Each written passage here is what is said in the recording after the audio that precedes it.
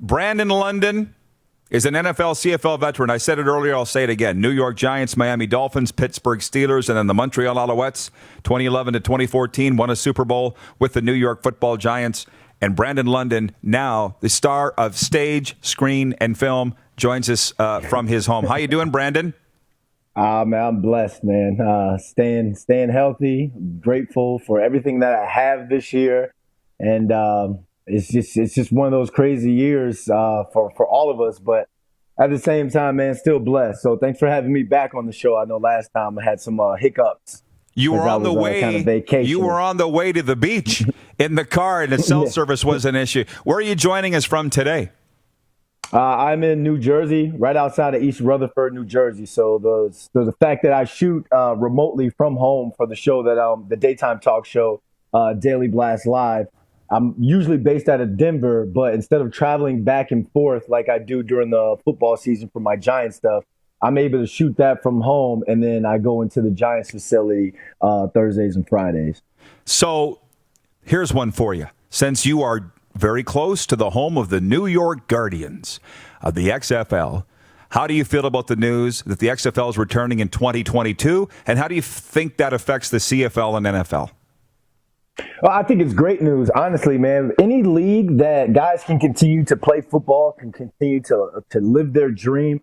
You know, obviously as a football player and as an athlete, and having friends that play in that league and in the CFL, any league that's available for guys to continue to live the dream, I'm always going to champion for. I love the fact that The Rock is behind it, so you know there's going to be some sort of entertainment aspect on it, or entertainment appeal for the fans, because I mean, let's be honest, you don't have headline names like Patrick Mahomes or Lamar Jackson when it comes to this league. So I can see The Rock kind of putting it on the production standpoint and entertainment standpoint, making it something that's really appealing for the fan to want to watch and to want to watch the game and watch these athletes. When it comes to the CFL, you know, I think you'll miss out. I think some of you. I think it'll be a half and half thing, because a lot of guys.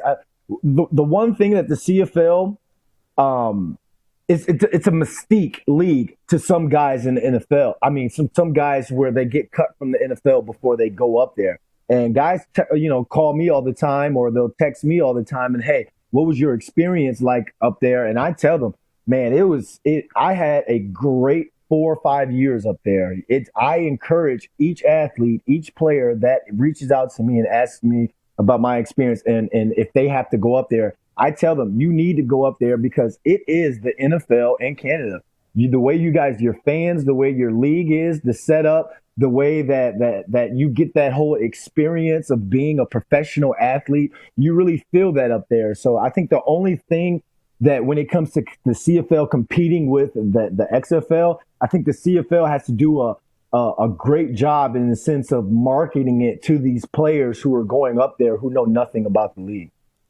I couldn't agree more. I mean, the product in the CFL has always been great, and it's tragic, frankly, in football terms, that they're not playing in 2020, but it is what it is. But, Brandon, you're in New Jersey. You just said it. This bothers me a lot from my American CFL friends. They say, I hate that people in America think it's so easy to play in the CFL. Or Chris Jones, for instance, of the Cleveland Browns, former coach here, said, I'm defending the CFL in America, or to my NFL friends. And I'm just like, it doesn't matter what they think. Brandon, why? That's a fight I don't think you're ever going to win. No, not at all. I mean, down here in America, we have our own way of thinking anyway. We'll say that for another show, another time. But, you are constantly having to defend that league, and it's unfortunate. But like I said, it's because people down here don't know nothing about it, in that sense. And I think it was great how the ESPN was playing those games late July, all through July. But then as soon as the NFL came and the preseason games would go, you kind of put the CFL games on the back burner when it came to getting national exposure. People weren't watching unless they had a friend or a family member that were playing up in the CFL. And that's unfortunate. And I tell people all the time, because they ask me, like, what's the difference between, the game speed, or what's the difference between the game of the CFL and the NFL? Obviously, the 12 players that. But I tell people the game speed is still just as fast as the NFL. And, if you look at guys in the CFL, the reason why they're not playing in the NFL is, they could still run a 4-3 or 4-4, but they're you're a 5'9" corner instead of a 6'2" corner, and it's little things like that. I feel like you're constantly having to defend, but guys can go down and play in the NFL. I mean, guys can make rosters. You just see a lot of the times when guys are in these NFL training camps, you're going to miss out on making a team because they're going to go with their draft pick over the undrafted free agent who came and had a solid camp and may even played better than their draft pick or a guy that they are paying money to, So it's the road to get to the CFL for some guys. It doesn't mean that you can't play in the NFL. A lot of the times it's just, the circumstances of it. But, it's one of those things where I just hope that people continue to watch this league and people continue to keep their eyes on it because it's a quality product. And that's what Americans need to understand. So, and we hear it all the time. It's not respected enough in America, whatever, who cares? If it was on TV down there, people would watch it, they'd know. Is the XFL respected amongst your peeps? For level of play? I mean, to me, I'm going to, like I said, I'm going to respect it because it's a league for the guys. But no, fans, if you're a true diehard NFL fan, you don't really care much about the XFL unless you're watching a guy who you thought should have made the team for your team, or it's a story where like a Maurice Claret or one of those guys where it's like, hey, we followed you all throughout college and you were this just great football player in college, but things happen in the NFL. Now we want to see you in the XFL to see if you can get another shot in the NFL. People, it was this past season, it was fun to watch for me on my end of it because I wanted to see football. But at the same time, you would ask, people at work, for Daily Blast Live, one of our editors, my boy Darren, and he's like, why would I watch that? LeVar Jackson's not playing. Odell's not playing. Why would I watch that? And I was like, look, take away the names of the game. Watch the X's and O's. Watch the play actions. Watch the 8-man protections and max protections and watch the crossing route with the post over the top. Is the safety going to jump the crossing route so we can throw the post? I'm telling people to watch because of that, but your everyday fan, your willy-nilly fan, they don't know they don't watch the game the way I watch football. And I'm a coach's kid, so I grew up watching football differently. Period. So I don't think I think the XFL. That's why I say The Rock coming in and probably doing some sort of entertainment appeal aspect to it is what's going to get more people to watch. But they're not watching for names, per se. They're going to be watching just because it's on. Those people are biting into the marketing hook of the NFL. And good for the NFL, by the way. We just need to market more of the Canadian Football League, which is only something we've been saying for 25 years. Brandon, do you guys really, like, you don't have to market it down here. That's y'all's pride and joy, and it's not for, you want Americans to watch it. I understand that because it would bring in more revenue. But at the end of the day, you guys have your fan base and people who love that game. Your game, your CFL, your league has been around longer than the NFL, and I respect that league. But even in Canada, we're losing the marketing battle to the NFL. That's all that I'm saying. It needs to be marketed better in this country. Listen, the American rookie that shows up, the hotshot stud at NCAA and lands in Winnipeg and thinks he's going to tear up this league, that's never going to change. Right? Because he doesn't know. Yeah. He's not going to learn until he steps on day one of practice and gets his ass kicked. That's when he's going to realize, whoa, this is real. All right? That will never change. Yeah.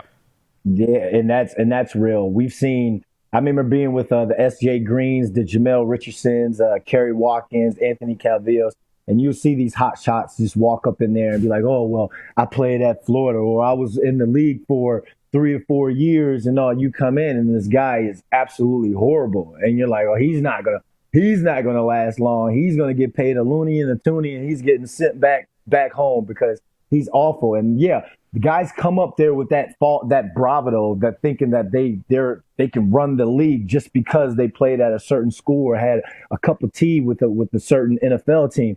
Nah, we saw so many washouts throughout that Montreal Alouettes organization, and it's a humbling experience for those guys. To say every team has one, but I just remember a guy came up. I don't want to name him because it didn't end well, but he was a sack record holder in the Arena League, and he showed up first day, gets out of the cab at Taylor Field, and says, "What's the league sack record? I'm going to set it."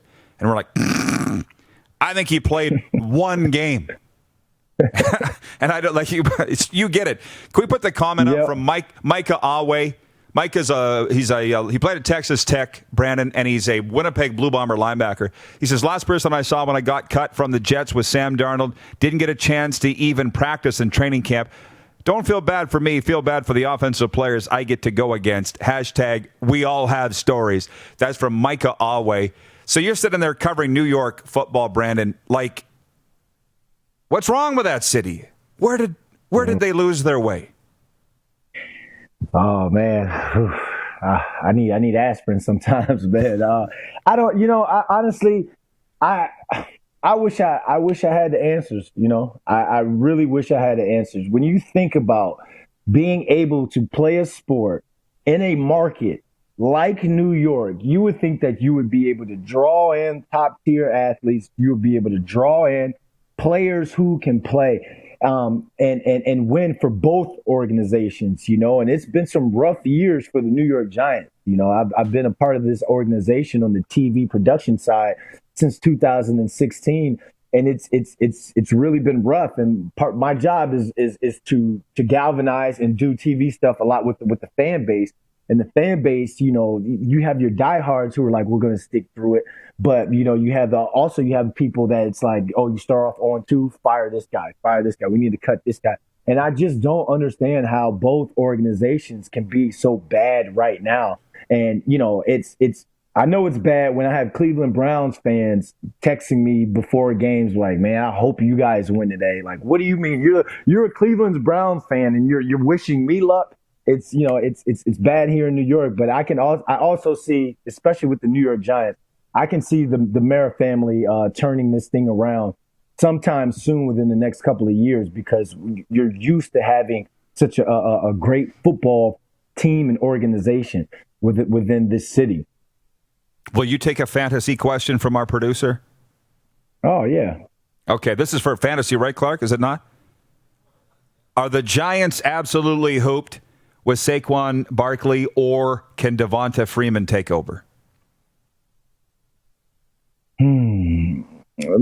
Saquon's the guy, man. And when you think of this, when you think of this ACL, when you think of this ACL injury, I know he's going to come back. He'll come back just as strong as Adrian Peterson did that time. Devonta Freeman, I think he's a plug right now. I think he's someone that you just throw in there. He's a veteran back that has had a lot of success in this league. And I think if we can get that offensive line going with the run game, then later on in the season, I see him picking up and maybe being someone to pick up for fantasy. But right now, I wouldn't pick him up for fantasy right now until we get things going on that offensive line, man, because it doesn't matter who you put back there. If you can't block for them consistently, then they're not going to do much. When I'm filling out my lineup, I'll just stay away from the Giants. I usually do. No, you can. I think Evan Ingram, though, I'm still, and people get on me all the time, but I think Evan Ingram, when he and Jason Garrett in this offense get clicking, I think Evan Ingram is going to be a really good pickup. But it's just the when. It's when is that going to pick up, and when is that going to get clicking? There you go, Clark. And for all fantasy players, you're welcome. Brandon London, this has been great. Worth the wait. Thanks so much, and hopefully we can do it again down the line here. Thanks so much for having me on, and I really appreciate you all. Especially, I say it all the time to the fans of the CFL. Like, thank you for embracing me up there during that time, and you helped not only with my football career, but you helped me transition into my entertainment career as well. So I always have a special love for your country. CFL's done great things for so many people. Brandon, stay safe. Talk soon. Take it easy. That is Brandon London from Giants TV, Daily Buzz TV. The guy is a star. You're watching Rod Pedersen On Demand. For more of The Rod Pedersen Show, visit rodpedersen.com or follow Rod Pedersen on social media.